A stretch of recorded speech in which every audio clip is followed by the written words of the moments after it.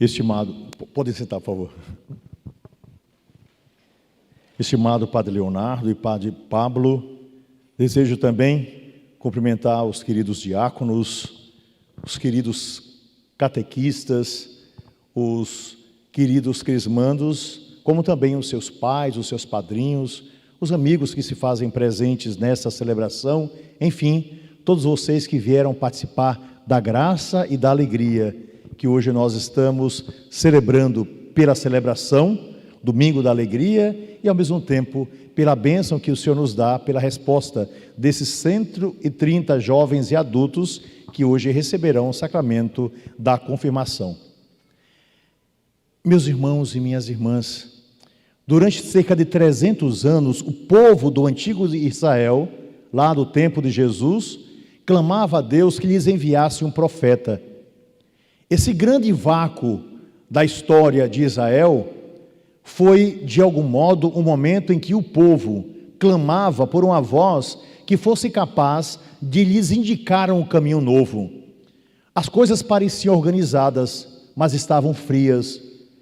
Tudo parecia que estava muitíssimo bem, mas sobrava desolação no coração do povo, pela situação política. Roma dominava tudo, pela tirania de Herodes, que matava quem fizesse algo diferente daquilo que ele pensava, pela exploração do Império Romano através de Pôncio Pilatos e, de um modo especial, por uma vida religiosa, uma vida no templo que já não correspondia àquilo que Deus desejava e que o povo também clamava.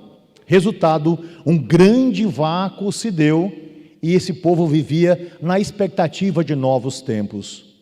O Evangelho de hoje nos mostra algo especial. Uma voz começa a clamar no deserto. Um homem relativamente estranho.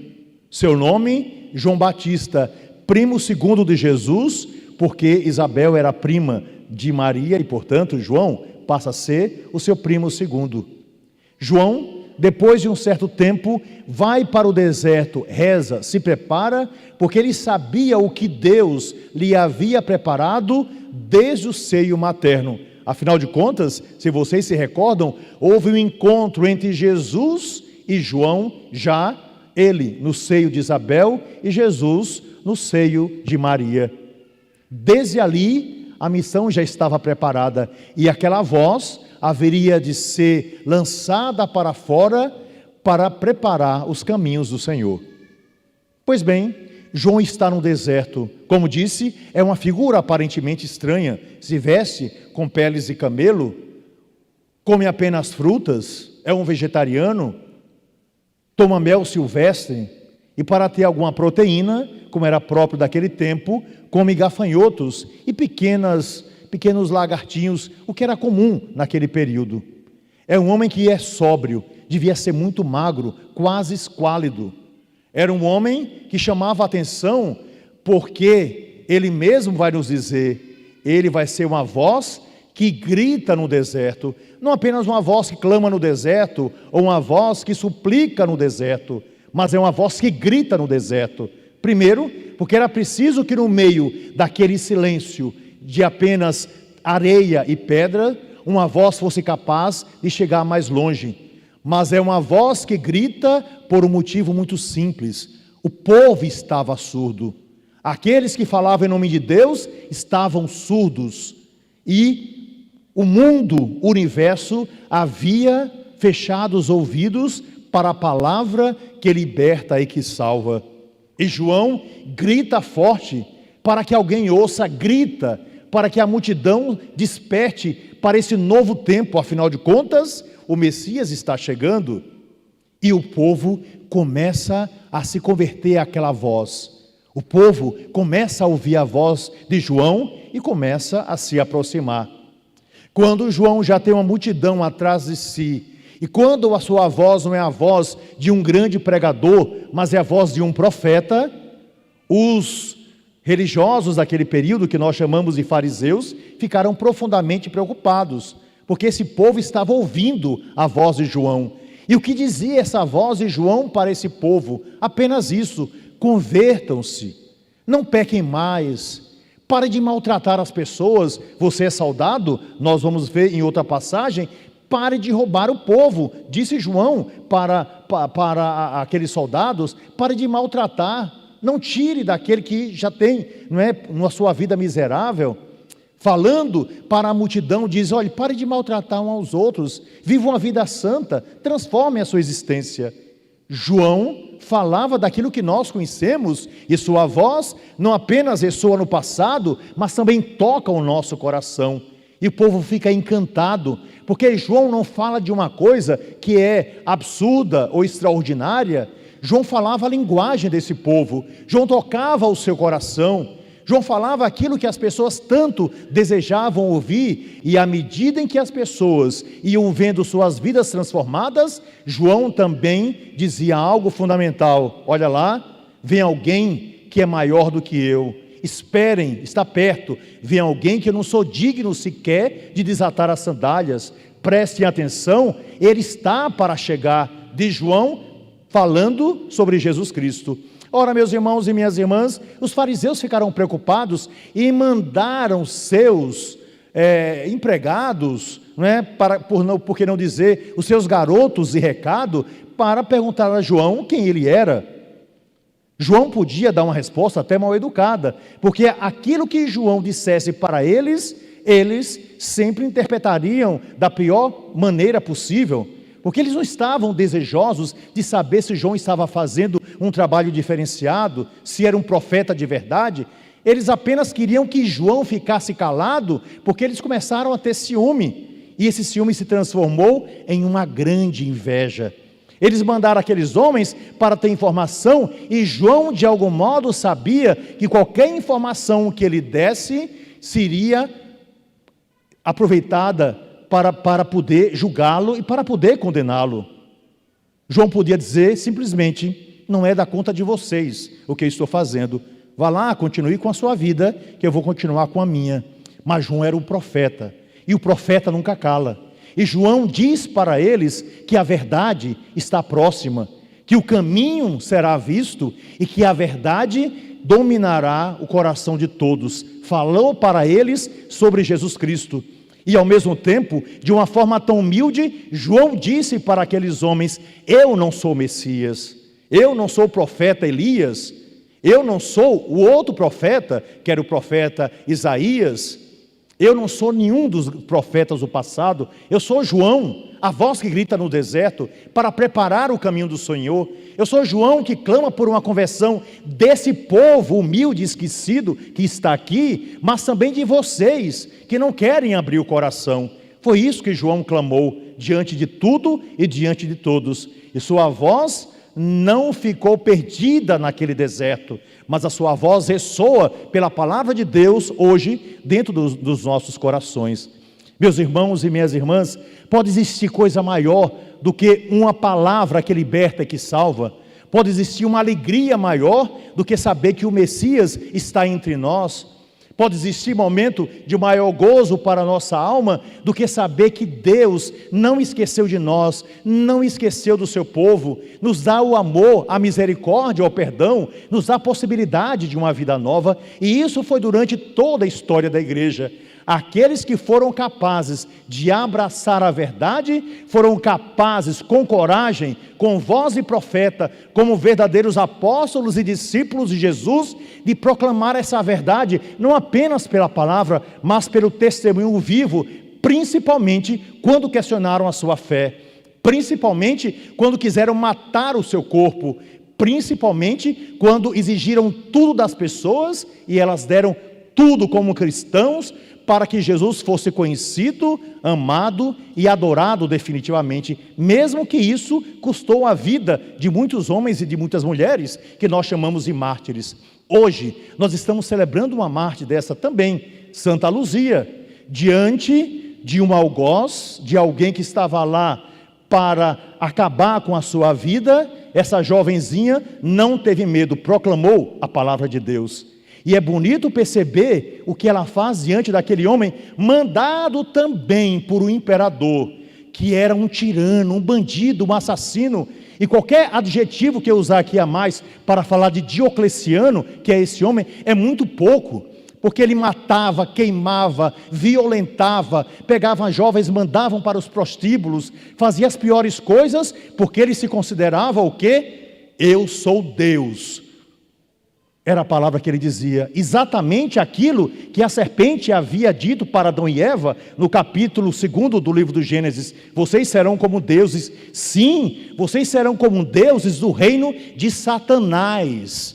Vocês serão deuses para reinar com o diabo.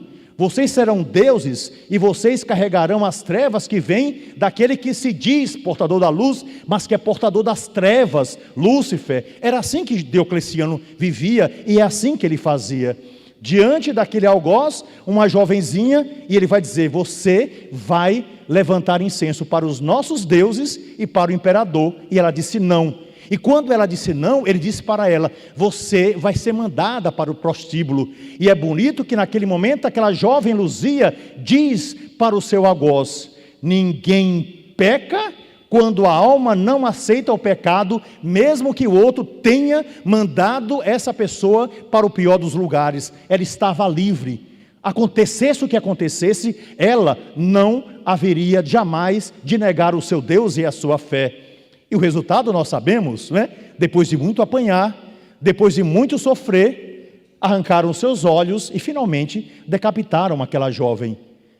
Tentaram calar sua voz, mas o seu testemunho foi mais forte.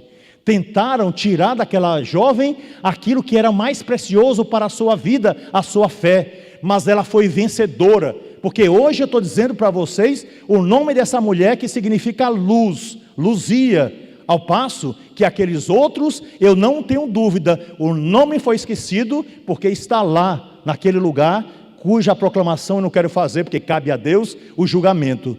Ora, meus irmãos e minhas irmãs, em meio à beleza do que nós estamos celebrando hoje, nesse domingo da alegria, vocês desejam receber o sacramento da confirmação. Não é apenas uma data no calendário dessa paróquia, não é apenas uma lembrança de algo bonito que aconteceu, não é apenas um abraçar a fé que foi transmitida por aqueles que são evangelizadores, os sacerdotes, os diáconos, os seminaristas que aqui passaram, mas de um modo especial pelos catequistas, que formaram vocês para que conhecessem mais profundamente a fé. Abraçar o Espírito Santo pelo sacramento da confirmação é se tornar verdadeiramente homem e mulher adultos na fé. Abraçar o Espírito Santo significa assumir na sua vida um profetismo de transformação, dizendo não à obra do inimigo, deixando de lado aquilo que é pecado a cada dia, porque a gente sabe que o pecado nos persegue, vivendo uma vida de caridade para com aqueles que necessitam e usando todos os dons de Deus para ver a vida transformada pelo amor daquele que é o Senhor, que é misericórdia, que é bondade infinita.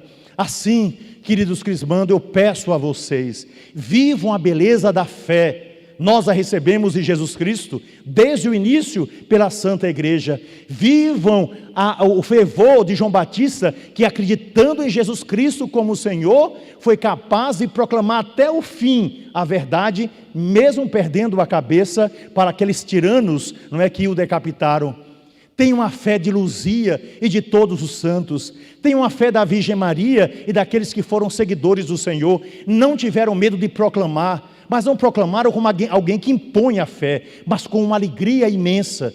Tiveram a coragem de testemunhar Jesus Cristo pelos lábios, pelo sorriso, pelos olhos, e principalmente tiveram a capacidade de, como acontece com a lua, transmitir a luz que vem do sol, que nunca se apaga, que é Jesus Cristo. Daí João dizer: eu não sou a luz, Ele é a luz. Essa é a proclamação. Por causa dele, João disse, vale a pena viver exatamente essa vida plena. E ao mesmo tempo, nessa certeza, andando pelo caminho que é Jesus, nós chegaremos à verdade que liberta, que salva, que gera em nós uma alegria tão grande, que nos faz capaz de superar as grandes tristezas para realizar o projeto de Deus em nossa existência. Assim, queridos crismandos, agora a missão é de cada um de vocês. Não sejam covardes, porque o covarde acaba, não é, como acaba a grande boiada humana sendo morta no matadouro da vida. Não sejam medíocres para viver a metade da vida de vocês, se acostumar com 5, quando Deus nos pede um 10 como possibilidade. Não queiram viver entre um sim e um não, sem saber o que escolher. Por mais que seja difícil vencer o pecado, diga: eu sei que eu sou fraco, mas eu sei qual é a verdade. Eu sei que um dia vou chegar lá. Eu sei que um dia vou vencer isso tudo. Eu sei que um dia vou vencer o meu vício. Eu sei que um dia eu vou conseguir transformar a minha vida num constante hino de louvor à glória de Deus. Sejam corajosos, porque Deus acredita em vocês. Não foi por acaso que Ele deu sangue por cada um de nós. E proclame a verdade da fé, porque essa é a nossa missão, como apóstolos, como discípulos, como missionários, como aqueles que amam e por isso proclamam, como aqueles que gritam também no deserto da vida, porque sabem verdadeiramente quem é o seu Senhor. Agora, a missão está passada para vocês. Coragem, alegria, porque assim é que deve viver o cristão. Nós fomos feitos para a felicidade. Nós fomos criados para sermos vitoriosos. Nós nascemos para sermos alegres e felizes. Esse é o projeto de Deus para a nossa vida. É o que Ele quer para a gente. Quem tem essa capacidade, vence as grandes turbulências. Passa pelas lágrimas, é verdade, mas abraça aquele que transforma, que liberta, aquele que é único Senhor. Peçamos, portanto, a intercessão de João Batista, de Santa Luzia, da sempre Virgem Maria, de todos os anjos e de todos os santos, para que nós alcancemos, pela verdade e a proclamação da verdade, o coração daquele que é o único Senhor, como eles próprios alcançaram. E para concluir essa minha palavrinha, que já vai longa, vou contar uma historinha para vocês, muito simples, que fala do coração alegre e feliz de todos os santos, e por isso eles chegaram lá. E a história, que já é bem conhecida, diz o seguinte: existia um filósofo muito inteligente, e que por acaso também era muito bondoso. Seu nome era Sócrates, né? Um filósofo, um dos mais conhecidos aí, que foi imortalizado por um aluno seu chamado Platão, que formou um outro grande filósofo chamado Aristóteles, né? Um pessoal bem famoso aí, não é, na história da filosofia. Pois bem, uma vez, uma pessoa que adorava saber da vida dos outros, se aproximou de Sócrates e disse o seguinte: ô Sócrates, você está sabendo o que está acontecendo com tal pessoa? Babado grosso, rapaz, você não pode imaginar o que está acontecendo, e eu preciso lhe contar. Sócrates, que era um homem discreto, disse: por favor, meu amigo, você já passou aquilo que você vai me dizer pelas 3 peneiras? O rapaz falou: que peneiras é essa aí que eu nunca ouvi falar? Passar pelas 3 peneiras? Não estou nem sabendo o que é isso. Ele disse: então vou tentar dizer para você. Você já passou o que você vai me dizer pela peneira da verdade? Ele disse: olha, não sei, não tenho certeza, é o que estão falando. Tá certo, muito bem. Você já passou o que você vai me dizer pela peneira da necessidade? Ele disse: olhe, eu não sei se realmente é necessário falar sobre o que eu vou falar. Eu vou falar porque todo mundo está falando. Só que isso está certo. E você passou pela terceira peneira, que é a peneira da bondade? E ele falou: realmente eu acho que eu vou falar, não é coisa que demonstre bondade em relação à vida da pessoa que eu vou falar. Então Sócrates disse: olhe, meu amigo, se você não passou o que você vai me dizer pela peneira da verdade, pela peneira da necessidade e pela peneira da bondade, é melhor que você fique com o que você vai me dizer, porque isso realmente não vai em nada mudar a minha vida. E aquela pessoa saiu envergonhado e nunca mais ousou dizer nada de ruim sobre a vida dos outros, que fosse meia verdade, para pessoa alguma. É a bondade dos profetas, é a bondade dos grandes santos, é a verdade que o Senhor nos deu viver. Que cada um de nós vive essa alegria e que o nosso coração, a exemplo dessa pequena história, busque sempre a verdade. Na necessidade, aquilo que deve nos levar ao verdadeiro caminho, e pela bondade, para a caridade daquele que é o eterno amor. Que assim seja.